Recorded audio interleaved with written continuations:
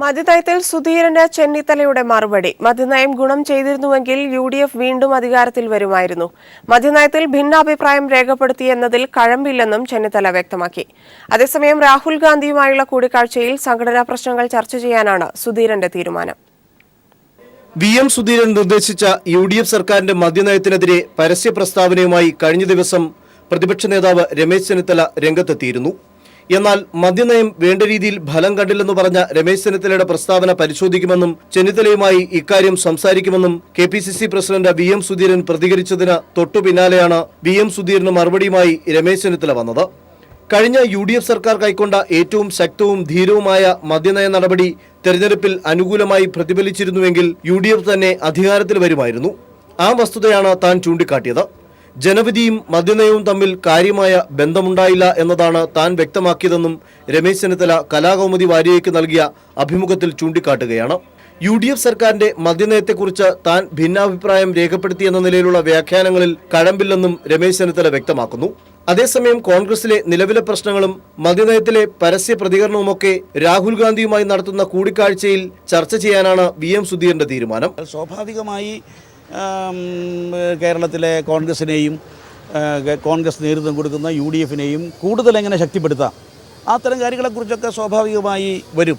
അതിപ്പോൾ അതിൻ്റെ കൃത്യമായ സമയം നിശ്ചയിച്ച് കിട്ടി അതനുസരിച്ച് അദ്ദേഹവുമായി ബന്ധപ്പെട്ട ആളുകൾ കാണും. പുനഃസംഘടനാ കാര്യവും രാഹുൽ ഗാന്ധിയുമായി നടത്തുന്ന കൂടിക്കാഴ്ചയിൽ VM സുധീരൻ ചർച്ചാ വിഷയമാക്കും. പക്ഷേ മദ്യനയത്തിൽ VM സുധീരനെ കരിവാരി തേച്ച് നേതൃസ്ഥാനത്ത് നിന്ന് മാറ്റാനുള്ള കോൺഗ്രസ് AI ഗ്രൂപ്പുകളുടെ തന്ത്രമാണ് ഇപ്പോൾ പ്രകടമാകുന്നതെന്നാണ് രാഷ്ട്രീയ നിരീക്ഷകർ വിലയിരുത്തുന്നത്. Sunil Arimanoor, news bureau, Thiruvananthapuram. ജമ്മു കാശ്മീർ വിഷയത്തിൽ ചർച്ചയ്ക്കുള്ള പാകിസ്ഥാന്റെ ക്ഷണം ഇന്ത്യ തള്ളി. പാകിസ്ഥാന്റെ ക്ഷണം നിരസിച്ചുകൊണ്ടുള്ള കത്ത് ഇന്ത്യൻ സ്ഥാനപതി ഗൗതം ബംബേവാലെ പാക് വിദേശകാര്യ ഓഫീസിന് കൈമാറി. പാകിസ്ഥാൻ പ്രകോപനമുണ്ടാക്കുന്നത് അവസാനിപ്പിച്ചതിനു ശേഷം സെക്രട്ടറി തല ചർച്ചയെക്കുറിച്ച് ആലോചിക്കാമെന്നാണ് ഇന്ത്യയുടെ നിലപാട്. സ്വാതന്ത്ര്യദിന പ്രസംഗത്തിൽ പ്രധാനമന്ത്രി നരേന്ദ്രമോദി ബലൂചിസ്ഥാൻ വിഷയം ഉൾപ്പെടെ ഉന്നയിച്ച് പാകിസ്ഥാന് ശക്തമായ താക്കീത് നൽകിയതിന് തൊട്ടുപിന്നാലെയായിരുന്നു ചർച്ചയ്ക്കുള്ള ഔദ്യോഗിക ക്ഷണം. പാകിസ്ഥാനിലെ ഇന്ത്യൻ സ്ഥാനപതി മുഖാന്തരം പാക് വിദേശകാര്യ സെക്രട്ടറി ഐസാസ് അഹമ്മദ് ഖാൻ ചൗധരിയാണ് ഇന്ത്യൻ വിദേശകാര്യ സെക്രട്ടറി S ജയശങ്കറിന് ചർച്ചയ്ക്ക് ക്ഷണിച്ചുകൊണ്ട് കത്ത് നൽകിയത്. കാശ്മീർ പ്രശ്നം പരിഹരിക്കേണ്ടത് രാജ്യാന്തര തലത്തിൽ തന്നെ ഇരു രാജ്യങ്ങളുടെയും ബാധ്യതയാണ് എന്നായിരുന്നു കത്തിലെ ഉള്ളടക്കം. ഇതിന് നൽകിയ മറുപടിയിലാണ് പ്രകോപനം അവസാനിപ്പിച്ചതിന് ശേഷമാകാം ചർച്ചയെന്ന ശക്തമായ സന്ദേശം ഇന്ത്യ നൽകിയത്. പാകിസ്ഥാൻ പിന്തുണയിൽ നടക്കുന്ന അതിർത്തി കടന്നുള്ള തീവ്രവാദമാണ് ആദ്യം ചർച്ച ചെയ്യേണ്ടത് എന്നാണ് ഇന്ത്യയുടെ നിലപാട്. കാശ്മീർ വിഷയത്തിൽ പാകിസ്ഥാനുമായി ചർച്ചയ്ക്ക് സാധ്യതയില്ലെന്ന് കേന്ദ്ര ആഭ്യന്തരമന്ത്രി രാജ്നാഥ് സിംഗ് നേരത്തെ പാർലമെന്റിനെ അറിയിച്ചിരുന്നു. News bureau, Delhi. സലാലയിൽ ഏപ്രിൽ 20-ന് മലയാളി നഴ്സ് ചിക്കു റോബർട്ട് കുത്തേറ്റ് മരിച്ച സംഭവത്തിൽ പോലീസ് കസ്റ്റഡിയിലായിരുന്ന ഭർത്താവ് ലിൻസൺ തോമസിനെ മോചിപ്പിച്ചു. 119 ദിവസത്തിന് ശേഷമാണ് ഒമാൻ ഗവൺമെന്റ് ലിൻസനെ മോചിപ്പിച്ചത്. സലാല ബദർ അൽസമ ആശുപത്രിയിലെ നഴ്സായിരുന്ന ചിക്കു റോബർട്ടിനെ കഴിഞ്ഞ ഏപ്രിൽ 20-നാണ് സലാലയിലെ താമസ സ്ഥലത്ത് കൊല്ലപ്പെട്ട നിലയിൽ കണ്ടെത്തിയത്. അന്ന് രാത്രി 10-ന് ആശുപത്രിയിൽ ഡ്യൂട്ടിക്കെത്തേണ്ടിയിരുന്ന ചിക്കുവിനെ കാണാത്തതിനെ തുടർന്ന് ലിൻസൺ അന്വേഷിച്ചു ചെന്നപ്പോഴായിരുന്നു ചിക്കു മരിച്ച നിലയിൽ കാണപ്പെട്ടത്. ലിൻസണും അതേ ആശുപത്രിയിൽ തന്നെ പ്രവർത്തിച്ചു വരികയായിരുന്നു. 5 മാസം ഗർഭിണിയായിരുന്ന ചിക്കുവിന്റെ കാതുകൾ അറുത്ത് കമ്മലുകൾ അടക്കമുള്ള ആഭരണങ്ങൾ മോഷ്ടിക്കപ്പെട്ടിരുന്നു. സംഭവ ദിവസം തന്നെ ഭർത്താവ് ലിൻസണെ ഒമാൻ പോലീസ് കസ്റ്റഡിയിലെടുത്തു. കൊലപാതകവുമായി ബന്ധപ്പെട്ട് 4000-ഓളം പേരെ പോലീസ് ചോദ്യം ചെയ്തിരുന്നെങ്കിലും ഒരു തെളിവും ലഭിച്ചില്ല. ചിക്കുവിന്റെ ശരീരത്തിൽ ലിൻസന്റെ വിരലടയാളം മാത്രമാണ് ഉണ്ടായിരുന്നത്. തെളിവുകൾ ഒന്നും ലഭിക്കാത്ത സാഹചര്യത്തിലാണ് 119 ദിവസത്തിന് ശേഷം ലിൻസനെ പോലീസ് മോചിതനാക്കിയത്. News bureau, Dubai. അന്വേഷണ ഉദ്യോഗസ്ഥരിൽ നിന്ന് പൂർണ്ണ സഹകരണമാണ് ലഭിച്ചതെന്ന് ചിക്കുവിന്റെ ഭർത്താവ് ലിൻസൺ. കൊലപാതകിയെ എത്രയും പെട്ടെന്ന് കണ്ടെത്തി തരുമെന്ന് പ്രതീക്ഷിക്കുന്നതായും ലിൻസൺ പീപ്പിൾ ടിവിയോട് പ്രതികരിച്ചു. അറിയത്തില്ല, അവരെ ഉടനെ കണ്ടെത്തി തരുമെന്നുള്ള വിശ്വാസമാണ്. അവര് മാക്സിമം നമ്മുടെ അടുത്ത്, എന്റെ അടുത്ത് നല്ലൊരു സപ്പോർട്ടാണ് അവർ ചെയ്തുകൊണ്ടിരിക്കുന്നത്. ആണ് എനിക്ക് ഒരു പെരുമാറിയിട്ടുള്ളത്. എന്നെ ഒരു ദേഹോപദ്രവം ഏൽപ്പിക്കുകയോ അങ്ങനെ ഒന്നും ചെയ്തിട്ടില്ല. ഞാൻ പറഞ്ഞില്ല, ഒരു റൂമില് ഞാൻ അവരുടെ തന്നെ ഒരു ഓഫീസ് റൂമില് അവര് രാവിലെ അവര് ഡ്യൂട്ടിക്ക് വരും. അവര് വരേണ്ട ഓഫീസേഴ്സ് മാറി മാറി വന്ന് എന്റെ അടുത്ത് ചോദിക്കുക എന്താണെന്നുള്ളത്. ഇപ്പൊ ഞാനും ചിക്കു മാത്രമേ ഉള്ളൂ. അവിടെ കാര്യങ്ങൾ എനിക്ക് എല്ലാം അറിയത്തുള്ളൂ. വാർത്തകളിലേക്ക്. സ്ത്രീ പീഡന കേസിൽ FIR റദ്ദാക്കണമെന്ന അഡ്വക്കേറ്റ് ധനേഷ് മാത്യു മാഞ്ഞുരാന്റെ ഹർജി ഹൈക്കോടതി തള്ളി. കുറ്റപത്രം സമർപ്പിച്ച സാഹചര്യത്തിൽ ഹർജി അപ്രസക്തമെന്ന് ഹൈക്കോടതി വ്യക്തമാക്കി. പോലീസ് അന്വേഷണ പുരോഗതി റിപ്പോർട്ട് കോടതിയിൽ സമർപ്പിച്ചു. തനിക്കെതിരെയുള്ള എഫ്ഐആർ റദ്ദാക്കണമെന്നാവശ്യപ്പെട്ടാണ് പോലീസിനെതിരെ ധനേഷ് മാത്യു മാഞ്ഞൂരാൻ ഹൈക്കോടതിയെ സമീപിച്ചത്. പോലീസ് സമർപ്പിച്ച അന്വേഷണ പുരോഗതി റിപ്പോർട്ട് പരിഗണിച്ച കോടതി മാഞ്ഞൂരാന്റെ ആവശ്യം നിരസിച്ചു. മാഞ്ഞൂരാനെതിരായ കുറ്റപത്രം വിചാരണ കോടതിയിൽ സമർപ്പിച്ചതായി പോലീസ് ഹൈക്കോടതി അറിയിച്ചു. ഈ സാഹചര്യത്തിൽ എഫ്ഐആർ റദ്ദാക്കാനാവില്ല. ഇതിനെ തുടർന്നാണ് മാഞ്ഞൂരാന്റെ ഹർജി കോടതി തീർപ്പാക്കിയത്. കുറ്റപത്രം സമർപ്പിച്ച സാഹചര്യത്തിൽ എഫ്ഐആർ റദ്ദാക്കണമെന്ന ആവശ്യം നിലനിൽക്കില്ലെന്ന് ഹൈക്കോടതി വ്യക്തമാക്കി. ഏറെ വിവാദം സൃഷ്ടിച്ച കേസിൽ ഇപ്പോഴത്തെ ഹൈക്കോടതി വിധി മാഞ്ഞൂരാനെ പിന്തുണച്ച് രംഗത്തെത്തിയ ഒരു വിഭാഗം അഭിഭാഷകർക്ക് തിരിച്ചടിയായി. ഗവൺമെന്റ് പ്ലീഡർ യുവതിയെ അപമാനിച്ച സംഭവം റിപ്പോർട്ട് ചെയ്തതായിരുന്നു മാധ്യമങ്ങൾക്കെതിരെ നടന്ന അക്രമങ്ങൾക്ക് കാരണമായത്. സംസ്ഥാന വ്യാപകമായി കോടതികളിൽ മാധ്യമപ്രവർത്തകർക്ക് വിലക്ക് നിലനിൽക്കുകയാണ്.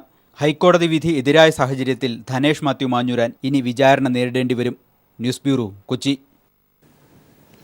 തച്ചങ്കരി വിഷയത്തിൽ അന്തിമ തീരുമാനം മുഖ്യമന്ത്രിയുമായി കൂടിയാലോചിച്ച ശേഷമെന്ന് ഗതാഗത മന്ത്രി AK ശശീന്ദ്രൻ. മുൻവിധിയോടെ ആയിരിക്കില്ല തീരുമാനമെന്നും തച്ചങ്കരിയെ മാറ്റാൻ ആവശ്യപ്പെട്ടിട്ടില്ലെന്നും മന്ത്രി കോഴിക്കോട് പറഞ്ഞു. ഞാനിത് ആദ്യം ചീഫ് സെക്രട്ടറിയോട് കാര്യങ്ങൾ അന്വേഷിച്ചു. ഇനി എനിക്ക് മുഖ്യമന്ത്രിയുമായിട്ട് സംസാരിച്ച് എങ്ങനെയാണ് ചെയ്യേണ്ടത്. അതുകൊണ്ട് നിങ്ങൾ പറയുന്ന പോലെ ഏതെങ്കിലും ഒരു മുൻവിധി വെച്ച് ചർച്ച ചെയ്യാൻ ഞാനില്ല എന്ന് ഞാൻ പറഞ്ഞില്ലല്ലോ. പിറന്നാൾ ആഘോഷ വിവാദത്തിൽ ടോമിൻ ജെ തച്ചങ്കരി ഖേദം പ്രകടിപ്പിച്ചു. പ്രവർത്തന രീതികളിൽ മാറ്റം ആവശ്യമാണെന്നും ഇതിന്റെ ഭാഗമായാണ് മധുരം നൽകിയതെന്നും തച്ചങ്കരി വിശദീകരിച്ചു. ജനങ്ങളോട് ഏറ്റുമുട്ടിയല്ല നിയമങ്ങൾ നടപ്പാക്കേണ്ടതെന്ന് ഗതാഗത മന്ത്രി AK ശശീന്ദ്രൻ പറഞ്ഞു. സ്കൂൾ വിദ്യാർത്ഥികൾക്കുള്ള റോഡ് സുരക്ഷാ ബോധവൽക്കരണ പദ്ധതിയുടെ കോഴിക്കോട് ജില്ലാതല ഉദ്ഘാടന ചടങ്ങിലാണ് ഗതാഗത കമ്മീഷണർ ടോമിൻ തച്ചങ്കരി വിവാദ പിറന്നാൾ ആഘോഷത്തിൽ ഖേദം പ്രകടിപ്പിച്ചത്. വിദേശ രാജ്യങ്ങളിൽ ചെയ്യുന്നത് പോലെയുള്ള വ്യത്യസ്തമായ പ്രവർത്തന രീതികളാണ് താൻ ആവിഷ്കരിച്ചത്. പിറന്നാൾ ആഘോഷത്തിൽ തനിക്ക് തെറ്റ് തോന്നുന്നില്ല, എന്നാൽ സമൂഹത്തിൽ തെറ്റിദ്ധാരണക്കിടയാക്കി. അതിനാൽ ഇക്കാര്യത്തിൽ ഖേദം പ്രകടിപ്പിക്കുകയാണ്.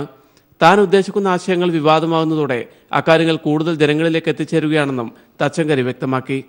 എൻ്റെ സ്വന്തം ജന്മദിനത്തിൽ ഞാൻ എൻ്റെ സ്വന്തം പൈസ കൊടുത്ത് എൻ്റെ സ്വന്തം സ്റ്റാഫിന് ഒരു മുട്ടായി കൊടുത്തു. പക്ഷേ അത് തെറ്റായി പ്രചരിക്കപ്പെട്ടു. എനിക്കത് ഒട്ടും സംശയം തോന്നിയില്ല ഞാൻ ചെയ്ത തെറ്റെന്താണോ. കേരളത്തിൻ്റെ ഒരു സിസ്റ്റത്തിൽ അതിനെ തെറ്റായി ധരിക്കപ്പെട്ടു. ആയതാൽ ബഹുമാനപ്പെട്ട സാർ, അങ്ങനെ ഉണ്ടായ ആ തോന്നലുകാർ ആ തെറ്റായ ധാരണ പറഞ്ഞതിനാൽ ഞാൻ ചെയ്ത ആ ആഘോഷ വിതരണത്തിൽ ഞാൻ ഖേദം രേഖപ്പെടുത്തുവാനും ഈ അവസരം ഉപയോഗിക്കുകയാണ്. നിയമങ്ങൾ നടപ്പിലാക്കേണ്ടത് അധികാര പ്രയോഗത്തിലൂടെയും ജനങ്ങളോട് ഏറ്റുമുട്ടിയും ആകരുതെന്നും മറിച്ച് ബോധവൽക്കരണത്തിലൂടെയാകണമെന്നും മന്ത്രി AK ശശീന്ദ്രൻ പറഞ്ഞു. അവിടെ നമ്മുടെ അധ്യക്ഷൻ പറഞ്ഞു, ഏത് നിയമവും നടപ്പിലാക്കുന്നത് അധികാര പ്രയോഗത്തിലൂടെ ആകരുത് എന്നാണ് അദ്ദേഹം പറഞ്ഞത്. ജനങ്ങളുമായി ഏറ്റുമുട്ടിക്കൊണ്ടല്ല അത് നടപ്പിലാക്കേണ്ടത്. അതിനിടെ തച്ചങ്കരിയുടെ പ്രസംഗം പൂർത്തീകരിക്കുന്നതിന് മുമ്പ് തന്നെ മന്ത്രി വേദി വിട്ടു. മറ്റ് ചടങ്ങുകളിൽ പങ്കെടുക്കേണ്ടതിനാലാണ് മന്ത്രി പോയതെന്നാണ് ഔദ്യോഗിക വിശദീകരണം. PV കുട്ടൻ, കോഴിക്കോട്. തിരുവനന്തപുരം രാജ്യാന്തര വിമാനത്താവളത്തിൽ വിമാനം അടിയന്തരമായി നിലത്തിറക്കി. മുംബൈ തിരുവനന്തപുരം ഇൻഡിഗോ വിമാനമാണ് യന്ത്ര തകരാറിനെ തുടർന്ന് അടിയന്തരമായി നിലത്തിറക്കിയത്. 161 യാത്രക്കാരാണ് വിമാനത്തിലുണ്ടായിരുന്നത്. എല്ലാവരും സുരക്ഷിതരാണ്. വാർത്തകളിലേക്ക്. കശുവണ്ടി വികസന കോർപ്പറേഷനിൽ അഴിമതി നടന്നുവെന്ന് ചൂണ്ടിക്കാട്ടി CBI കോടതിയിൽ സമർപ്പിച്ച FIRന്റെ കോപ്പി പീപ്പിളിന്. പ്രതികൾക്കെതിരെ കുറ്റകരമായ ഗൂഢാലോചനയും അഴിമതി നിരോധന നിയമപ്രകാരമുള്ള കുറ്റങ്ങളും ചുമത്തിയിട്ടുണ്ട്. മുൻ managing director doctor K. Ratheesh, മുൻ ചെയർമാൻമാരായ E. കാസിം, INTUC നേതാവ് R. ചന്ദ്രശേഖരൻ, സ്വകാര്യ കമ്പനി ഉടമ ജെയ്മോൻ എന്നിവരാണ് കേസിലെ പ്രതികൾ. കശുവണ്ടി വികസന കോർപ്പറേഷനിൽ കോടികളുടെ അഴിമതി നടന്നുവെന്നാണ് CBIയുടെ കണ്ടെത്തൽ. തിരുവനന്തപുരം പ്രത്യേക CBI കോടതിയിൽ സമർപ്പിച്ച FIRലാണ് ഇക്കാര്യം വ്യക്തമാക്കിയിട്ടുള്ളത്. മുൻ managing director doctor K. Ratheesh, മുൻ ചെയർമാൻമാരായ E. കാസിം, INTUC നേതാവ് R. ചന്ദ്രശേഖരൻ, സ്വകാര്യ കമ്പനി ഉടമ ജെയ്മോൻ എന്നിവരാണ് കേസിലെ പ്രതികൾ. പ്രതികൾക്കെതിരെ കുറ്റകരമായ ഗൂഢാലോചനയും അഴിമതി നിരോധന നിയമപ്രകാരമുള്ള കുറ്റങ്ങളും ചുമത്തിയിട്ടുണ്ട്. നിലവിലെ മാനദണ്ഡങ്ങൾ ലംഘിച്ച് കശുവണ്ടി ഇറക്കുവാനുള്ള കരാർ പൂർണ്ണമായും സ്വകാര്യ കമ്പനിയെ ഏൽപ്പിക്കുകയും ഗുണനിലവാരമില്ലാത്ത പൊതുവിപണിയിൽ കുറഞ്ഞ വിലയിൽ ലഭിക്കുന്നതുമായ കശുവണ്ടി കൂടിയ വിലയ്ക്ക് സ്വകാര്യ കമ്പനി വഴി കോർപ്പറേഷൻ വാങ്ങിയതിൽ കോടികളുടെ അഴിമതി നടന്നുവെന്നുമാണ് കണ്ടെത്തിയിട്ടുള്ളത്. CBIയുടെ കൊച്ചി യൂണിറ്റ് സമർപ്പിച്ച റിപ്പോർട്ടിലാണ് ഇക്കാര്യം ചൂണ്ടിക്കാട്ടിയിട്ടുള്ളത്.